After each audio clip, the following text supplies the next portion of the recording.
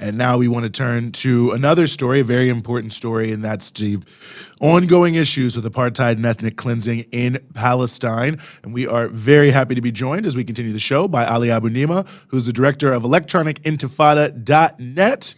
Ali, thank you so much for being back with us. Thank you, Gene, and thank you, Rania.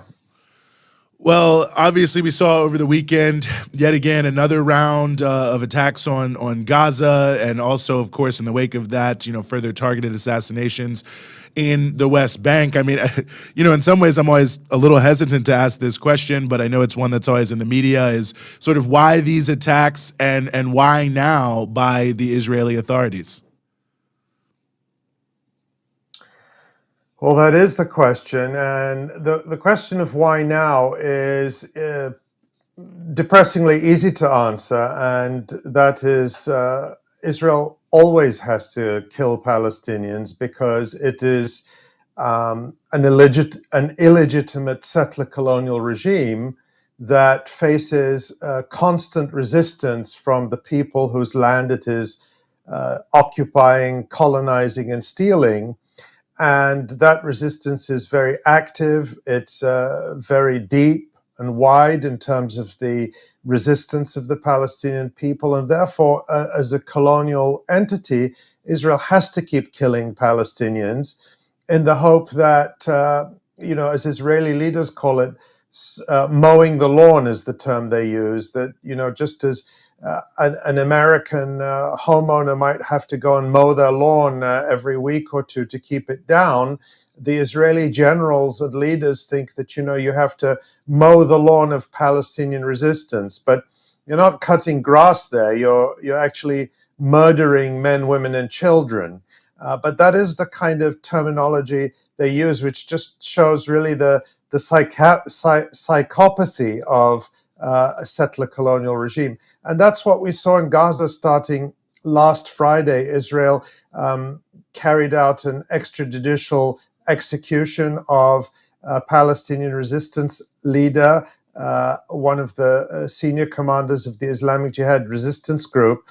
A very cowardly attack, but very typical of Israel, where they fired multiple missiles at his home in a residential apartment building, killing him along with a number of civilians. And then they proceeded to bombard Gaza for 3 days, killing by today, because people horribly keep dying of their injuries. At last count, it was up to 48 Palestinians, including 17 children at last count. So this sadly is a repeated pattern, and this is the price of Israel's continued existence as an apartheid and colonial regime. The regular shedding of Palestinian blood is a necessary component of maintaining Israel. No, that's an excellent point to raise. But, these sort of regular massacres, you and I talked about this a few months back when when it seemed as though Israel was laying the groundwork for some sort of escalation in Gaza. So an escalation with Gaza, because of this mowing the lawn strategy that they openly talk about, is to be expected quite regularly. That said, I think something interesting about this time around, of course, was that it was targeted specifically at Palestinian Islamic Jihad. And whereas previous escalations with Gaza have been between the Israelis and Hamas, of course, Palestinian Islamic Jihad has participated. But what do you think that's about? What is it this time around that has Israel really pointing its guns at Islamic Jihad? Is it because of what's taking place in the West Bank? There seem to be, regular ongoing fights between the Israelis and resistance fighters who are Palestinian Islamic Jihad fighters, specifically in Jenin. And if that is the case, it does, I think, show some sort of new situation here where there's this kind of cooperation in a way between what's happening in the West Bank, between Palestinian resistance in the West Bank and Gaza as well. I don't know if I'm reading too much into that, but what are your thoughts on that? Yeah, I wouldn't read too much into the fact that Israel specifically targeted Islamic Jihad, because they target all groups in turn. Remember, almost no sooner than a ceasefire had been reached in Gaza, Israel, and that happened, I think, on Sunday or Monday. On Tuesday, Israel launched an assault in the West Bank against. It was really an extrajudicial execution, again, in a very densely populated residential area. This was in the old city of Nablus in the West Bank. They surrounded a house where two Palestinian resistance fighters were from the al-Aqsa Martyrs Brigade, which is actually a group that is, at least on paper, linked with Fatah. And they fired anti-tank missiles into the house to execute these two fighters, including Ibrahim al-Nabilsi and Islam Sabooh. And so they will attack, different groups in turn. Israel is going on a big campaign now. The Israeli Defense Minister Benny Gantz saying, Islamic Jihad is an Iranian proxy in order to justify the massacre which Israel committed. And he claimed that Islamic Jihad receives tens of millions of dollars a year from Iran. And I only hope that is true, because Islamic Jihad is a legitimate resistance group engaged in resistance against a brutal and illegitimate occupation. And Palestinian resistance groups have an absolute right to receive aid and assistance from anyone who'll give it to them. And as far as we know, Iran is the only country that provides military assistance to the Palestinian resistance. And I think the answer to those who object to Palestinians receiving resistance to Iran is to advocate for more countries to provide assistance to the armed resistance against Israel's occupation and apartheid regime. But, what they always do is, they try to claim that, to use the fashionable term, that Palestinians have no agency, that they're just puppets of Iran, when the reality is Palestinians are fighting and dying and resisting on their own account to liberate their country, and they will take, as they have the right to, assistance from those who will give it. I'm sure if other countries were to provide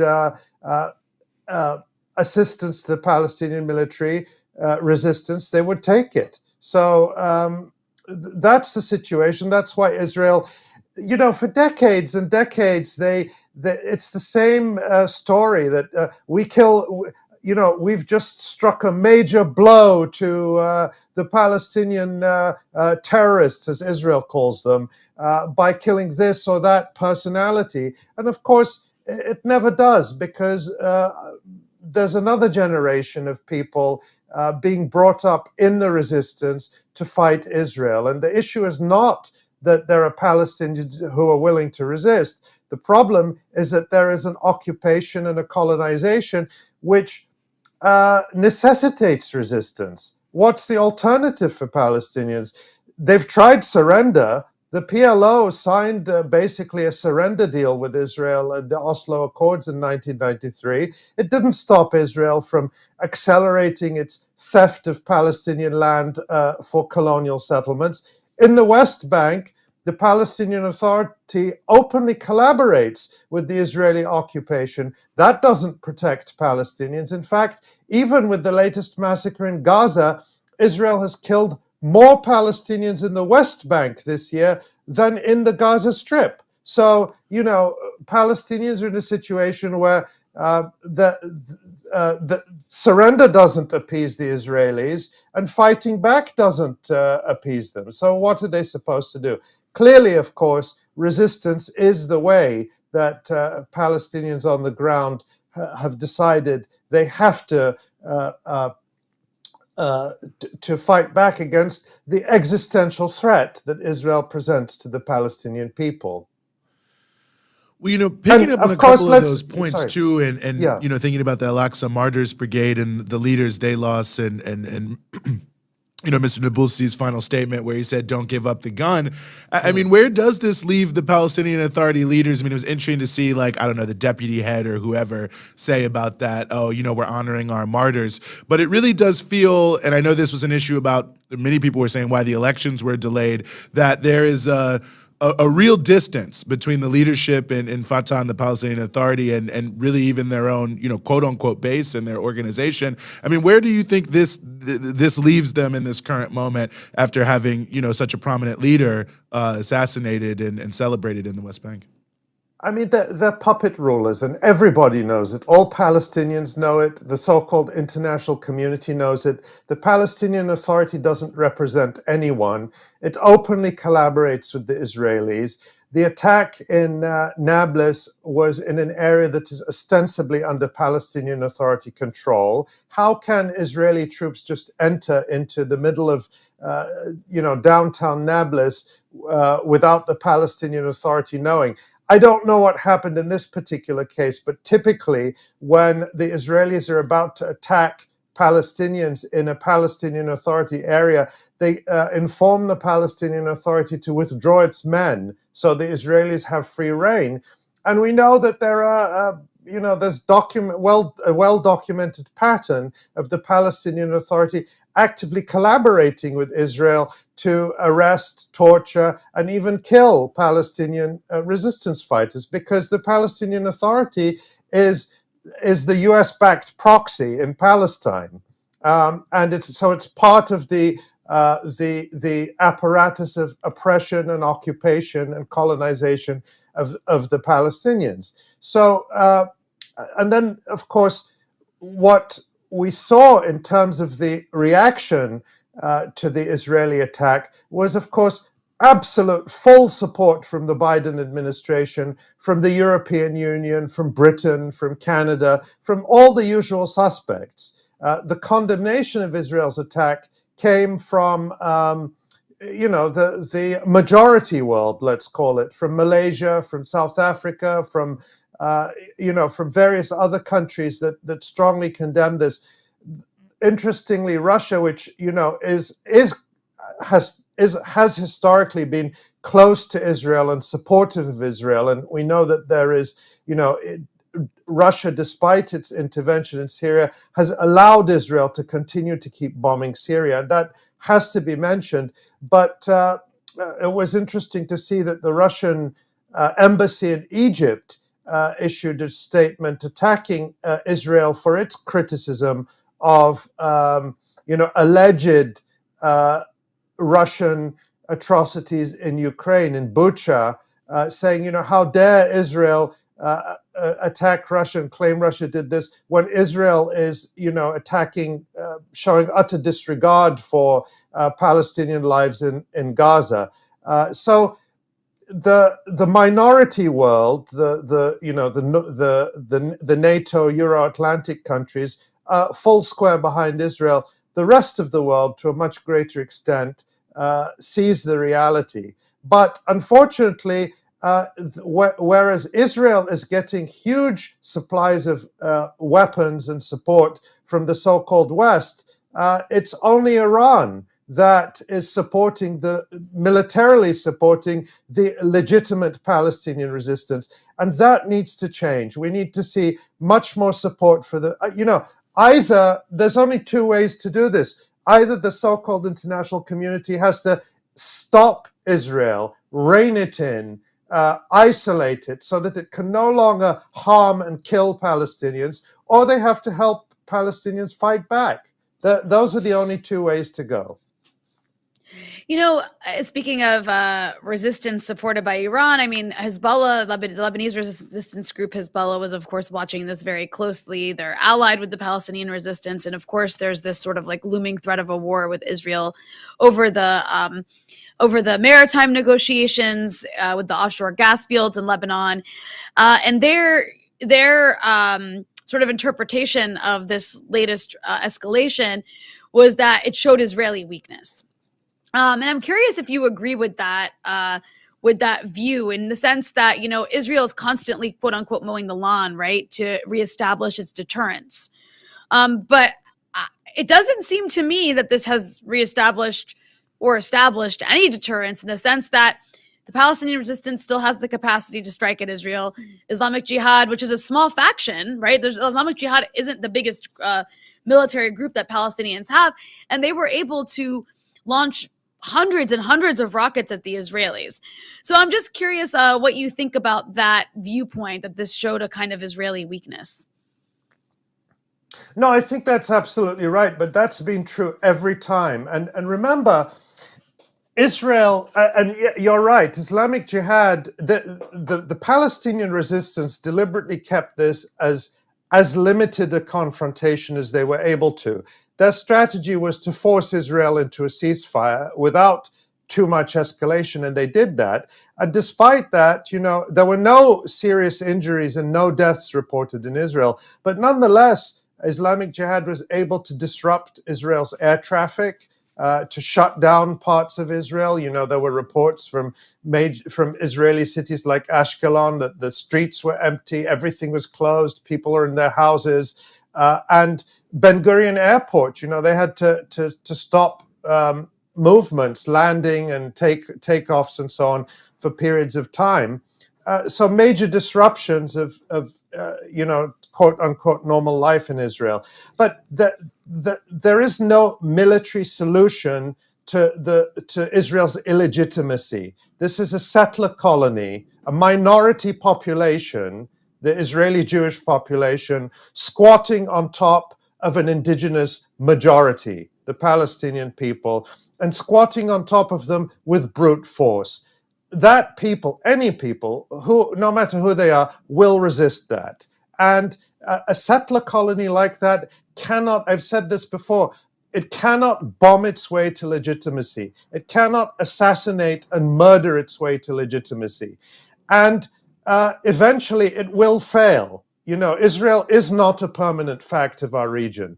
Perhaps the people are, because, the Palestinians are extremely generous, just as the South African people were extremely generous with their oppressors and said, you can live here among us under conditions of equality, but you can't live here as our rulers, as our oppressors. And Palestinians have said time and again, we will live with Israeli Jews as equals, as people living, in the same country, but we will not accept to be subjugated by you.